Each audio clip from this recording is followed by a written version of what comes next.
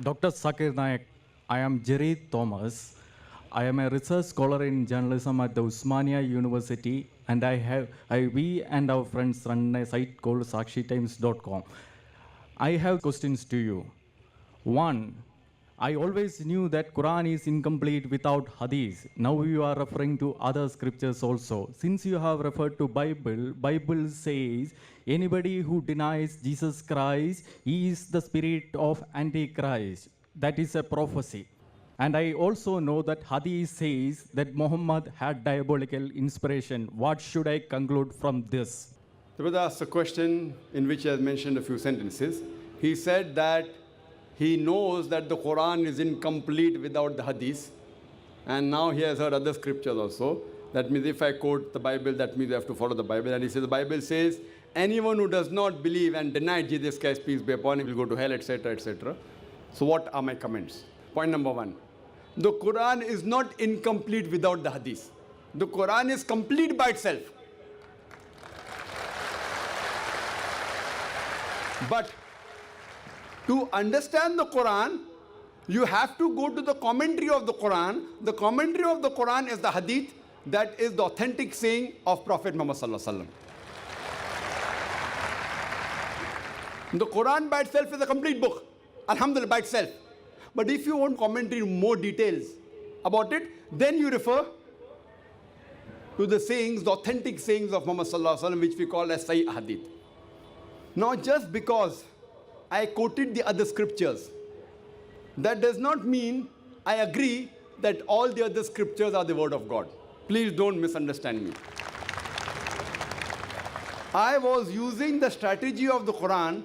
Allah says in the Quran in Surah Al-Imran chapter 3 verse number 64, Ta'ala ila kalmitin sawa'im bainana bainakum. Come to common terms as between us and you. We are coming to common terms. Allah says in the Quran in Surah Ra'd chapter number 13 verse number 38, Wali kulli qawmin had. And in every age have we sent a revelation. Allah sent several revelations, several books. By name, only 4 are mentioned in the Quran. The Torah, the Zabur, the Injil and the Quran. The Torah is the Wahi, the revelation which was given to Moses, peace be upon him. The Zabur is the Wahi, the revelation which was given to David, peace be upon him. The Injil is the Wahi, the revelation which was given to Jesus Christ, peace be upon him. And Quran is the last and final revelation which was given to the last and final messenger, Prophet Muhammad, peace be upon him. Now, since all the previous revelations came only for a particular group of people, and they were meant to be followed in totality for a particular time period, Almighty God did not think it fit to preserve it in pristine purity. But because Quran was the last and final revelation, Allah says in the Quran, in Surah Hijr, chapter number 15, verse number 9, we have revealed the Quran and we shall guard it from corruption. So Quran is the only religious book on the face of the earth which is in its pure form. I am not saying that. Even the scholars of comparative religion, including William Moore, who is one of the staunchest critics of Islam, being a Christian, he said 200 years earlier that there is no religious book which has maintained its pure form for more than 1200 years. Now it is more than 1400 years, like the Quran. Being a Christian, being a staunchest critic of Islam, he has to be truthful that Quran in its pure form. Now, all the other religious scriptures have changed its form, including the Bible. I don't consider the Bible to be the word of God. We Muslims believe in the Wahi which was given to Jesus Christ, peace be upon him, the Injil. But the present Bible that we have, brother, this Bible, it's a mixture.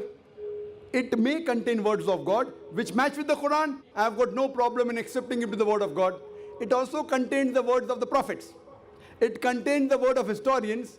I'm sorry to say, it even contains pornography. I can't quote it here. I can't. It even contains hundreds of contradictions, scientific errors, mathematical errors, which I can't repeat here. But I had a dialogue with Dr. William Campbell. He wrote a book against Islam, the Quran and the Bible in the light of history and science. And he said, the Quran has got 30 scientific errors. I went to USA. He's from Philadelphia. And we had a debate in the year 2000, 1st April, on the topic, the Quran and the Bible in light of science. And I answered to all his allegations. And when I pointed out 38 contradictions in the Bible, he could not reply to them. Allah says in the Qur'an in Surah Baqarah chapter number 2 verse number 79, Allah says, فَوَيْلٌ لِلَّذِينَ يَكْتُبُونَ الْكِتَابَ بِأَيْدِيهِمْ ثُمَّ يَقُولُونَ هَذَا مِنْ عِنْدِ اللَّهِ لِيَشْتَرُوا بِهِ ثَمَنًا قَلِيلًا فَوَيْلٌ لَهُم مِّمَّا كَتَبَتْ أَيْدِيهِمْ وَيْلٌ لَهُم مِّمَّا يَكْسِبُونَ. Woe to those who write the book with their own hands and then say this is from Allah, to traffic with it for a miserable price. Woe to those for what they write, woe to those for what they earn. So today's Bible, if you know, the word Bible is not there in the Bible. It comes from the Greek word biblos, meaning a book of books. And the scholars say there are many authors of the Bible, not I, the Christian scholars. So the present Bible, I don't consider it to be the word of God. Similarly, if you ask me, can you consider Veda to be the word of God? Can you consider the Buddhist scripture to be the word of God? Can you consider the Parsi script word of God? What I say. Maybe they were not. Since there were many scriptures sent by Allah subhanahu wa ta'ala, many books, by name 4 are mentioned. But there were many others like Sufi, Ibrahim, several others. So what I say, maybe Hindu scriptures, maybe word of God. Maybe Buddhist scriptures, maybe word of God. Maybe Parsi scriptures were the word of God. But even if they were meant for those people and for that time. Today, you have to follow the last and final revelation, that is the glorious Qur'an. So any human being, whether living in India, in America, in Canada, in UK, in Singapore, in Saudi Arabia, all the human beings in the world should follow the last and final revelation, the glorious Qur'an, and the last and final messenger, Prophet Muhammad, peace be upon him. I am not saying Hindu scripture is the word of God. Even if it was meant for those people and for that time. The Hindu scholars agree that the scriptures have been changed. The Buddhist scholars agree that Buddhist scriptures have been changed. All the scholars of their own religion except Islam, they agree that the scriptures have gone changes down the line, down the ages. But even if I agree for sake of argument, it is the word of God. Even if it's, since the followers of that religion, they believe it to be the word of God, they should follow every letter, every word of the scripture. So if the Buddhists believe their scripture word of God, the Hindus believe their scripture to be the word of God, the Christians believe their scripture to be the word of God, so all your scriptures are saying you have to follow the teachings of the last and final messenger, Prophet Muhammad, peace be upon him. So since you consider it to be the word of God, I say maybe it is, maybe it is not. Since you believe it to be the word of God, you have to follow your scriptures. So you have to believe in the last and final messenger. As I mentioned in the Bible, in the Gospel of John, chapter number 16, verse number 12 to 14, Jesus Christ, peace be upon him, says, I have many things to say unto you, but ye cannot bear them now. For he, when the Spirit of truth shall come, he shall guide you unto all truth. He shall not speak of himself. All that he hears shall he speak. He shall show you things to come. He shall glorify me. Who is this person? Muhammad Sallallahu Alaihi Wasallam. Was there any religious person who has glorified Jesus Christ, peace be upon him, besides Muhammad Sallallahu Alaihi Wasallam? You rightly said that anyone who denies Jesus Christ, peace be upon him, will go to hell. You said. I agree with that statement. I agree. No Muslim is a Muslim if he does not believe in Jesus Christ, peace be upon him. And we have to say peace be upon him. You may say Jesus. I cannot say. I have to say peace be upon him. If I, as a religious person, if I do not add peace be upon him, I'll be kicked out. A layman can do that. I have to add peace be upon him. So, no Muslim is a Muslim if he does not believe in Jesus Christ, peace be upon him. We believe that he was one of the mightiest messengers of Allah subhanahu wa ta'ala. We believe that he was born miraculously without any male intervention, which many modern Christians do not believe. We believe that he gave life to the dead with God's permission. We believe that he healed those born blind and lepers with God's permission. The Muslims and the Christians, they are going together. But I know what you mean. When you mean believe in Jesus Christ, you mean, what do you mean? Believe is God, correct? Can you on the microphone? When you say believe in Jesus Christ, means what? Believe in the Prophet? I believe this statement that I am the way, the truth, and the life. What does it mean? It means that he is the incarnate God. Brother has followed this question. John chapter, the same. I will give you the reference. I will give you the reference also, no problem. What is the reference? John chapter 14, you can refer. Verse number. I have the Bible, I can tell you. John chapter 14 verse 16. So, Not 16, verse number 6. It's not 16. sorry Mr. Naik, you don't have to teach me Bible. You just tell whatever. Your misrepresentations will be answered in our side. That's right. Brother, you are not quoting. You have the Bible in your bag. Correct? You take out the Bible from your bag and you're quoting Gospel of John, chapter number 14, verse number 6. It's not 16.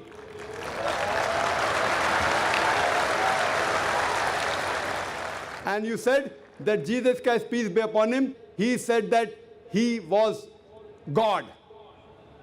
I'll come to your question. Before I come to your question, let me tell you one thing. I've read the Bible. There is not a single unequivocal statement in the complete Bible where Jesus Christ, peace be upon him, himself says that I am God, or where he says worship me. If any Christian can point out to me a single unequivocal statement, a single unambiguous statement in the complete Bible where Jesus Christ, peace be upon him, himself says that I am God, or where he says worship me, I am ready to accept Christianity today.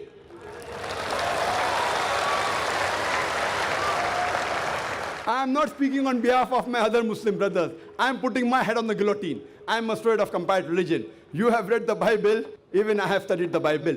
You say that I should not teach you the Bible. Jesus Christ, peace be upon him, says, seek ye the truth, and the truth shall free you. I will inshallah show you the truth, and the truth shall free you today, inshallah.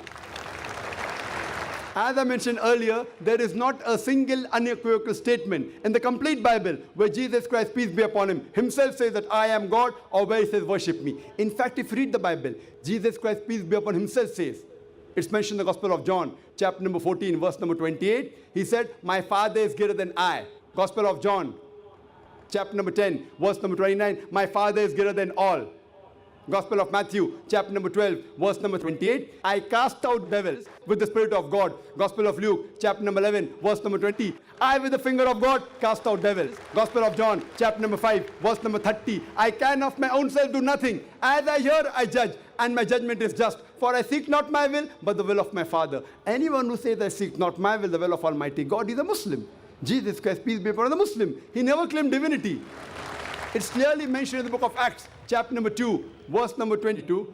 It says that ye men of Israel, listen to this. Jesus of Nazareth, a man approved of God amongst you, by wonders and miracles and signs, which God did by him, and you are witness to it.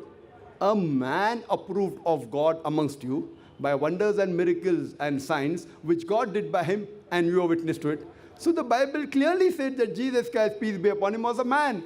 He was one of the mightiest messengers of God, but not God. There is not a single unequivocal statement in the complete Bible where Jesus Christ, peace be upon him, himself says that I am God, or where he says worship me. You quoted a verse to prove your point from Gospel of John, chapter number 14, verse number 6, which says, where Jesus Christ, peace be upon him, himself says that I am the way, the truth, and the life. No man cometh unto my Father but through me. Now, this is again quoting out of context. People pick up verses from the Qur'an and quote out of context to malign. Similarly, Christian missionaries quote the Bible out of context. I want to tell you a truth to you. You can open the Bible if you doubt me. Open the Bible. For the context, go to verse number 1. Gospel of John, chapter number 14, verse number 1 says that, why are you afraid? Jesus Christ, peace be upon him, says, if you have faith in God, have faith in me. In my Father's mansion, there are many houses, and I'm going there to prepare a place for you. And when I go, I will tell you. So Thomas asked, where thou art going? He said, don't you know where I go? He said, no. Then he says that, show us the way, where thou goest. So then Jesus Christ, peace be upon him, replies, I am the way, the truth, and the life. When Thomas asked Jesus Christ, peace be upon him, show us the way to God. Then Jesus Christ, peace be upon him, replies, I am the way, the truth, and the life. No man cometh unto thy Father but through me. We agree at the time of the messenger. Every messenger was the way, the truth, and the life. No man came unto God but through the way of that messenger. At the time of Jesus, I agree with the Bible that Jesus Christ, peace be upon him, he was the way, the truth, and the life. No man came unto Almighty God but through the teachings of Jesus Christ, peace be upon him. At the time of Moses, Moses was the way, the truth, and the life. No man came unto Almighty God but through the teachings of Moses, peace be upon him. But today, Jesus Christ, peace be upon him, said, I have many things to say unto you. Further he says, in the Gospel of John, chapter number 16, verse number 12 to 14, I have many things to say unto you, but you cannot bear them now. For even the Spirit of truth shall come. He shall guide you unto all truth. He shall not speak of himself. All that he hears shall he speak. He shall show you things to come. He shall glorify me. At today's time, the messenger, Prophet Muhammad, peace be upon him, is the way, the truth, and the life. No man cometh to Almighty God but through the teachings of Prophet Muhammad, peace be upon him.